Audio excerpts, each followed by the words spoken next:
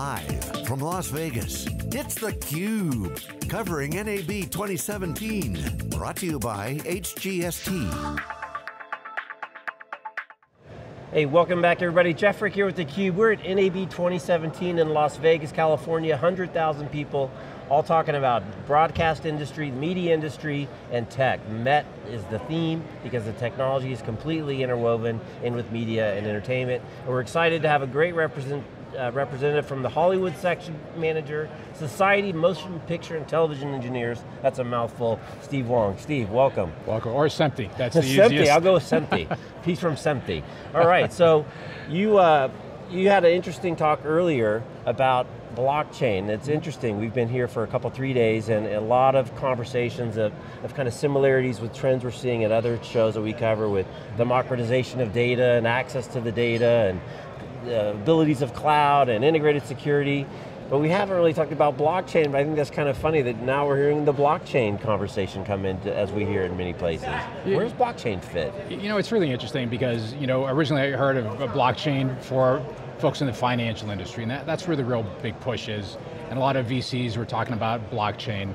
So I started to look at blockchain and media and entertainment, and I said, could this fit? What would be an interesting fit for this?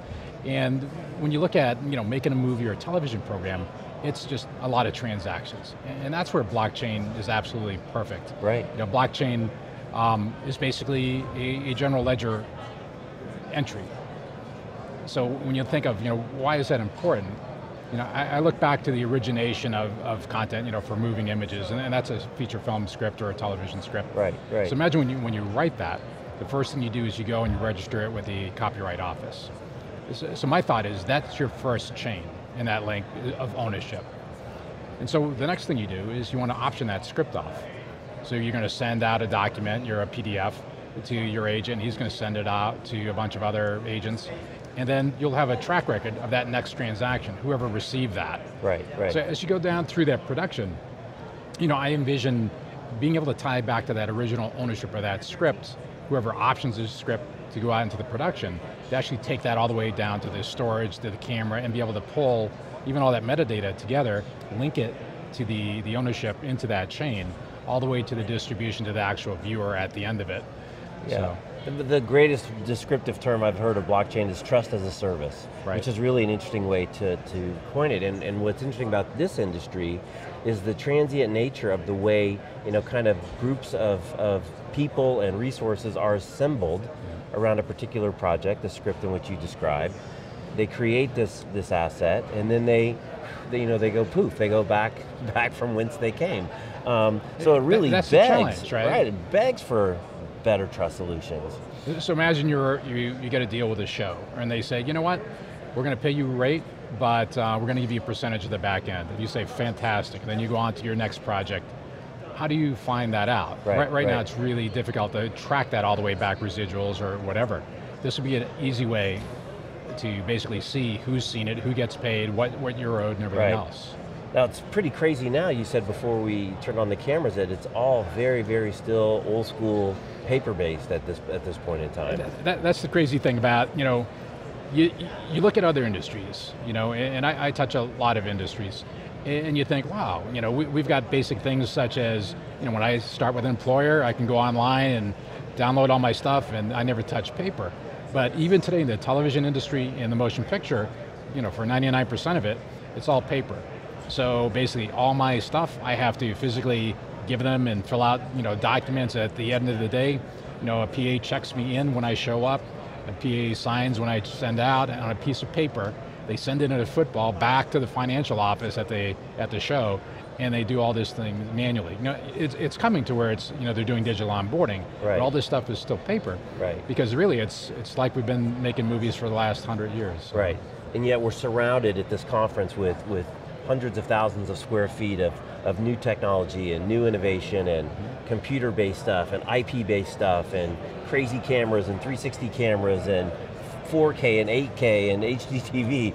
So clearly, there's no holding back the technology edge that this industry leverages, but then if you make billions of dollars, right? Right. If you make billions of dollars the same way that you did 100 years ago, right? Who's going to be the guy that's going to change that, or a girl, right? That's the challenge. If it's not broke, don't fix it. That's why I love Clayton Christensen's book. It's still my all-time favorite book, right? It's hard to change when you've been making money that same old way. So what are some of your other impressions of the show? You've been coming here for a number of years. The vibe's different, I keep hearing. It's our first time, but I'm curious to get your kind of general impression.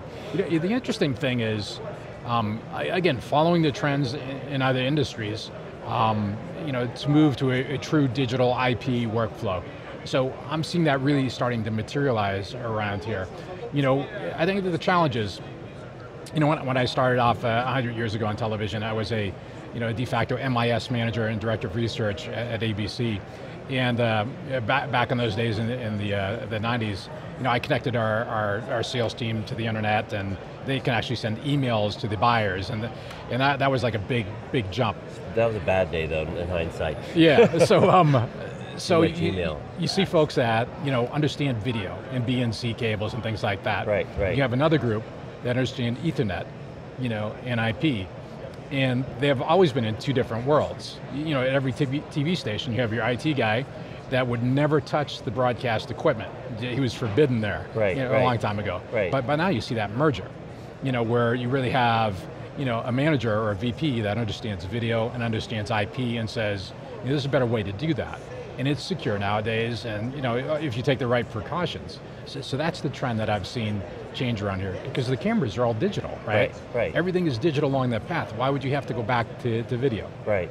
We have things like Periscope, where you can do live video to millions of people. Right. So the technology is clearly here. It's just so amazing, again, the themes are consistent wherever we go. This just democratization of access and ability that I can go sit in the front row of a Dodger-Giants game and hold up my Periscope and I can pretend I'm Vince Scully, for a minute, which clearly I'm not, and people probably are not going to watch me like they love Vince Scully.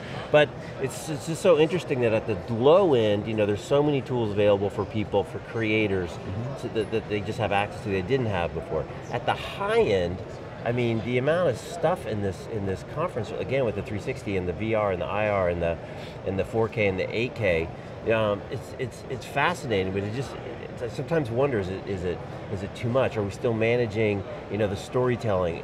And that's what it comes down to. You have to tell a story. And it's that's so the most competitive important thing for the audience, right? Because the alternate is just a quick swipe away. So it seems like the pressure to perform and to get your ROI, especially on these bigger projects, it's got to be higher than it's ever been.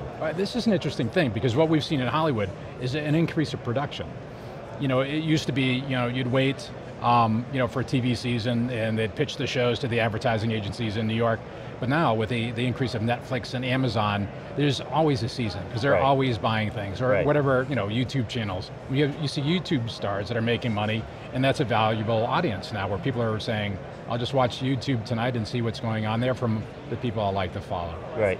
So that drives production, goals and costs down, because you can't do a $100 million YouTube production, or you can, I guess, but probably won't make any money with it. I'm sure they are.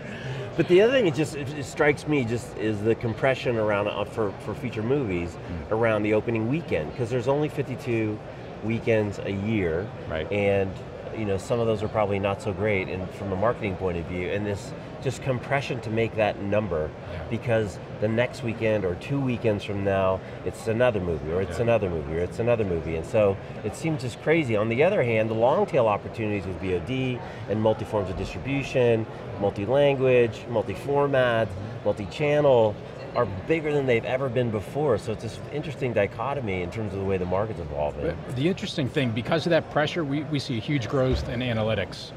There was a great article about Netflix talking about the genres. In Hollywood we've got like 13 genres or something like that. But Netflix has like 73 genres. Right. So they've broken down their audience, because they have the device. They know exactly what they're watching. So they use those analytics to their benefits when they buy. The studios are at a disadvantage unless they have the same things. Right. So you see guys like Legendary investing in analytics teams and all these other folks out there that are investing in these analytics teams to make that, a smarter investment for those movies. It is interesting, again, it's consistent, right? Is that now if you can track to the consumption of the material, you're not just shipping the product anymore and it's going to a theater and hopefully people are watching or not watching it, but now if they're watching it on their phone, where they're watching it, who's watching it, what time, how often, how deep they go, it's pretty interesting. If you have that application and you have the ability, not like Netflix does, that's awesome. Right. But remember, most of the studios and networks, they're creating it and licensing it off. So they may not get that information, but that's where you see the other trend, where folks like HBO, they create the content, but they also want to have that application device so they can get that information. So I think that's another trend you'll start seeing. So will the ones that are still independent that don't have the channel, start to get back as part of their channel deal some of that data? It's challenging, right? Because cable companies typically don't want to release that data. A secondary OTT app may not want to release that data. So it really forces a creator to own that distribution chain so they can get that valuable data. So interesting time. Somebody said earlier, I think in the week, that Netflix is now the largest producer. I don't know what genre of category, but they're like one of the largest studios now of all, which is pretty fascinating when they were simply, DVD rental service not that long ago for people that remember what a DVD was. Right. And they had a difficulty getting contracts with studios. Right, exactly.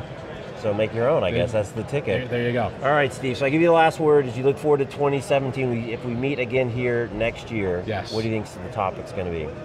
Again, I think what you're going to see is more folks moving to a public cloud, trusting that and really working with it, using analytics. And the most important thing that we touched on is managing that security, making sure they don't get hacked. Right, so. All right, Steve. Well, Steve from SMPTE. That was the shorter way. Steve Wong, I'm Jeff Frick. Thanks for stopping by. Thanks so much. All right, you're watching theCUBE from NAB 2017. We'll be right back after this short break.